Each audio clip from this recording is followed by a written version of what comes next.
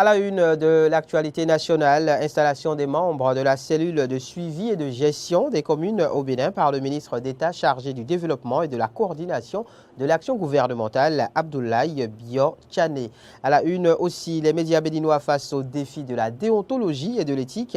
Le sujet était au cœur des échanges au Presse Club Café Média Plus hier. Puis sur le continent, le médiateur de la CEDEAO, Mohamedou Issoufou, effectue sa première visite au Burkina Faso.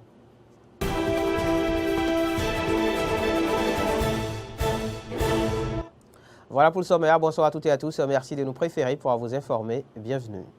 Le ministre d'État chargé du développement et de la coordination de l'action gouvernementale, Abdoulaye Bio Tchané, a installé hier les membres de la cellule de suivi et de gestion des communes au Bénin. C'était au cours d'une cérémonie qui a connu la présence du ministre de la décentralisation et de la gouvernance locale et du président de l'Association nationale des communes du Bénin. Compte rendu, Clémence Tonoucoin. La cellule de suivi et de contrôle de la gestion des communes au Bénin ainsi installée vise à œuvrer à l'amélioration de la gouvernance locale. L'objectif est de pallier aux insuffisances de la décentralisation. La cérémonie d'installation des membres de cette cellule marque le début d'une nouvelle ère dans la gestion des affaires locales de notre pays. La cérémonie de ce jour vient confirmer une fois encore la volonté inébranlable du gouvernement de notre pays, de son chef, le président Patrice Talon, d'induire une nouvelle ère dans la gestion des affaires locales du Bénin. En effet, les audits et inspections effectués au niveau de nos communes ont souvent révélé que beaucoup reste à faire. La mise en place de la présente cellule s'inscrit dans ce cadre et favorisera davantage la promotion de la bonne gouvernance au niveau des communes. Je nourris donc l'espoir que la cellule de suivi et de contrôle de la gestion au niveau des communes jouera pleinement son rôle de vérification, mais aussi et surtout de pédagogie. Le ministre d'État chargé du développement et de la coordination de l'action gouvernementale, Abdoulaye Bio Tchané, a rappelé aux membres ainsi installés la mission qui leur incombe. Il s'agit du suivi rapproché, rigoureux de la gestion des affaires communales, d'assurer un contrôle de gestion de toute activité de développement des mairies, veiller à la cohérence nécessaire des actions à mettre en œuvre ainsi qu'à la mise en œuvre d'une synergie appropriée de développement des communes. La cellule. Dans un autre registre, l'Agence nationale de la sécurité des systèmes d'information, ANSSI, a lancé hier une campagne de sensibilisation des utilisateurs du cyberespace et de la protection en ligne dénommée PARE. Cette campagne vise à sensibiliser le grand public afin de le rendre conscient des dangers liés à l'utilisation de Internet. Compte rendu. Cette campagne dénommée PARE entendait protéger, alerter, responsabiliser et éduquer contre les dangers de l'Internet, vise à cultiver au sein de la population les bonnes pratiques de sécurité numérique. L'objectif est d'améliorer la sécurité du cyberespace dans notre pays. Nous sommes tous consommateurs aujourd'hui d'Internet, de ses usages, du mobile money. Nous sommes des cibles potentielles chaque jour et tous les jours. Et nos enfants. Aujourd'hui, le plus jeune des enfants vous prend un téléphone, est capable de vous le déverrouiller, d'aller sur YouTube, regarder ses dessins animés. Ça nous fait rire généralement, mais il y a aussi un penchant à prendre en compte dans cet effet, qui est l'exposition que ça crée pour notre jeunesse à des contenus qui peuvent justement porter atteinte à leur développement. C'est de tout type. Et nous allons pouvoir, tout au long de cette campagne, parler de ces dangers.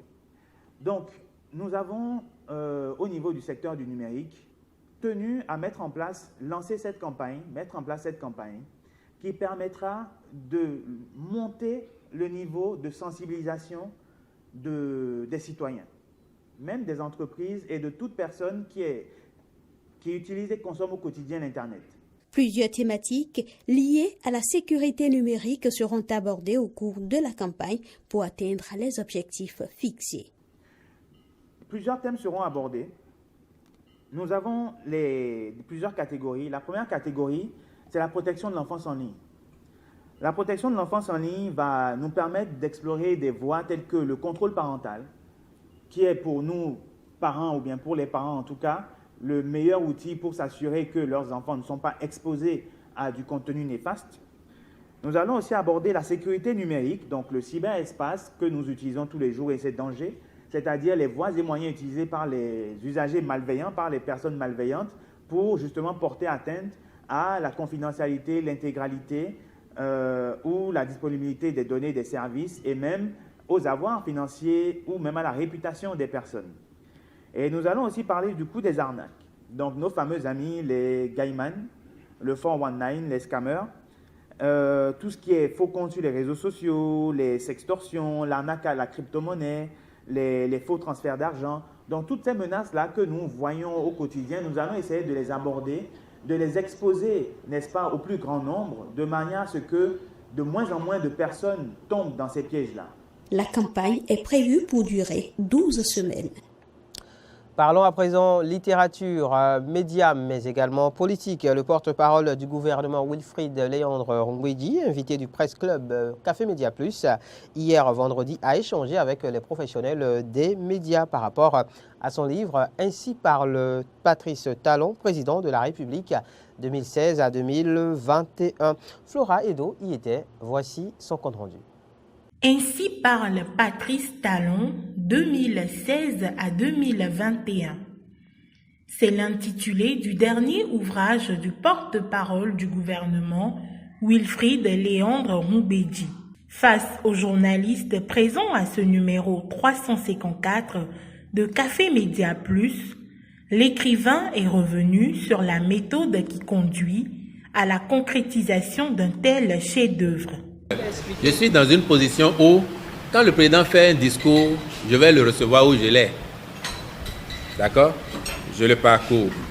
D'abord, dans l'œuvre de promotion de l'action du président, je vais rechercher dans ses discours avec mon équipe, qu'est-ce qu'il dit d'intéressant, qui peut accrocher. Si quelqu'un n'a pas le temps de lire le discours, mais qu'on a une phrase ou deux qui peuvent circuler et que la personne se sente intéressée, je vais rechercher ça. Donc, il y a d'abord eu ce travail préalable qui a été fait sur tout le quinquennat. Et j'ai dit qu'à l'arrivée, on avait peut-être environ 1 millier de phrases fortes, en tout cas plusieurs centaines, desquelles maintenant, je suis allé sortir les près de 200 qu'il y a ici. Ça a été la démarche.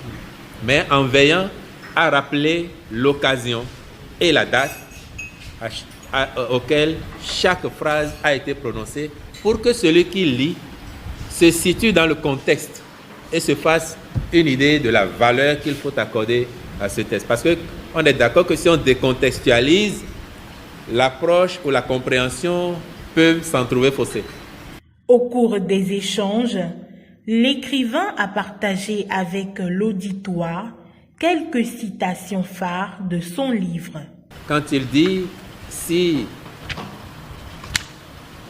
par calcul personnel », c'est à la page 56, « si par calcul personnel ou par manque de volonté, nous renonçons à faire pour notre pays, le Bénin, les choix indispensables à son progrès, qui peuvent être difficiles sur le moment, mais pertinents et bénéfiques à terme, le jugement de la postérité n'admettra aucune circonstance atténuante en notre faveur. » Quand il dit que seul le Bénin est éternel, il convoque ici un patriotisme, un engagement sans limite pour le Bénin.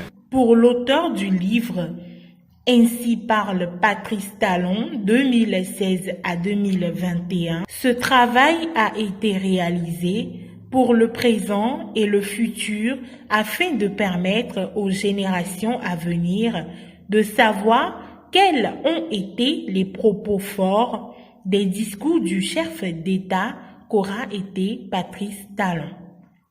Et l'autre invité d'hier de la causerie Café Média Plus, Vital Ahotondi, directeur général du groupe de presse Éducation, a répondu aux questions des journalistes sur le thème les médias béninois face au défi de la déontologie et de l'éthique.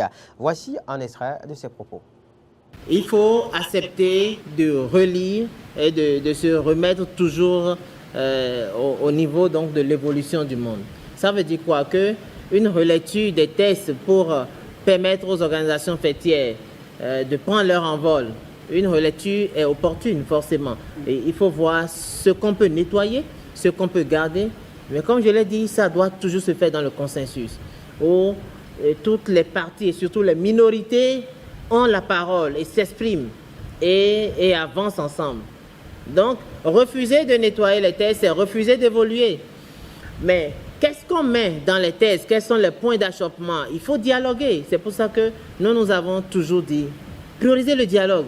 Si nous refusons de nous parler, nous ne sommes plus des humains. Et c'est pour ça qu'il faut toujours éviter de se braquer. Ouvrir la porte, laisser la porte toujours ouverte au dialogue. Pour que dans le dialogue, c'est la profession de tous. Et comme je l'ai dit, et je ramène toujours à là, c'est-à-dire qu'il nous faut nous former. Il nous faut former les jeunes, il faut former les vieux, il faut faire de la formation continue pour que le journaliste soit au diapason de l'éthique et de la déontologie. C'est ça qui va nous faire progresser. Quand le journaliste est conscient de sa responsabilité sociale, les conflits d'intérêts, les groupes d'intérêts disparaissent au profit de l'intérêt supérieur de tout le monde. C'est-à-dire, si nous travaillons à ce que le journaliste soit un homme de qualité, respecté dans la société, parce qu'il fait un métier d'utilité publique, je me dis, tout le reste découle. Et donc, faisons le combat de mettre le journaliste à un niveau de qualité tel que le politique lui-même se rende compte qu'il est utile pour le développement. Tout le reste découle.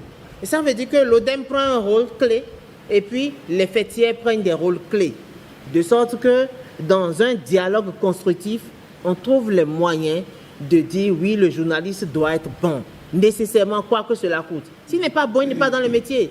Et bien s'il est dans le métier, qu'il accepte de se former de façon continuelle pour que dans la formation continue, il puisse renforcer son niveau. Je vous ai dit, si on refuse de continuer à apprendre, c'est qu'on est mort. Et donc, il faut continuer à apprendre constamment, même quand on a le titre. Remettons l'ODEM au goût du jour, de sorte que quand l'ODEM va prendre le niveau de labellisation nécessaire de la presse, nous puissions marcher dans la qualité et avancer. Pour moi, c'est le seul combat qui vaille. Le reste, c'est des avantages qui vont naître naturellement de cette qualité-là. À présent, place à l'actualité internationale dans cette édition. Sur le continent, le médiateur de la CEDEAO, Mahamadou Issoufou, effectue sa première visite au Burkina Faso, accueilli à sa descente d'avion par la patronne de la diplomatie burkinabé, Olivia Rwamba. Il n'a pas perdu de temps. Mahamadou Issoufou a eu un premier tête-à-tête avec le lieutenant-colonel Paul-Henri Sandaogo, président de la transition. Des séances de travail sont prévues avec plusieurs ministres, dont ceux de la Défense, de la Sécurité et de l'Action humanitaire. Le médiateur aura également des entretiens avec des partenaires techniques et financiers et les membres du corps diplomatique accrédité au Burkina Faso. Puis au Sénégal, des heurts enregistrés hier à Dakar entre manifestants et forces de l'ordre. La coalition Yewwi Askan Wi a maintenu son appel à la mobilisation malgré l'interdiction décrétée par le préfet et des échauffourées dans plusieurs quartiers. La principale coalition de l'opposition conteste le rejet de sa liste nationale menée par Ousmane Sonko pour les législatives prévues le 31 juillet. La Croix-Rouge sénégalaise confirme avoir pris en charge un corps sans vie calciné d'un adolescent décédé dans l'incendie d'une gargote dans le quartier de Koloban. La coalition Yewwi Askan Wi avait également appelé à un rassemblement à Ziguinchor en Casamance, au sud du pays. Là encore, la manifestation avait été interdite par la préfecture. Le bilan dans cette région du Sénégal est de 2 morts selon l'opposition. Et de son côté, la coalition au pouvoir, Benno Bokk Yakaar, a salué dans un communiqué la maturité démocratique du peuple sénégalais qui n'a pas répondu à l'appel insurrectionnel de la coalition Yewwi Askan Wi, accusée d'irresponsabilité et d'immaturité. Ce sera essentiellement ça, l'édition de ce soir. Merci à chacun et à tous de l'avoir suivi. L'information se poursuit évidemment sur nos différentes plateformes, YouTube, Facebook et Twitter, et également sur notre site internet www.benet-eden.tv.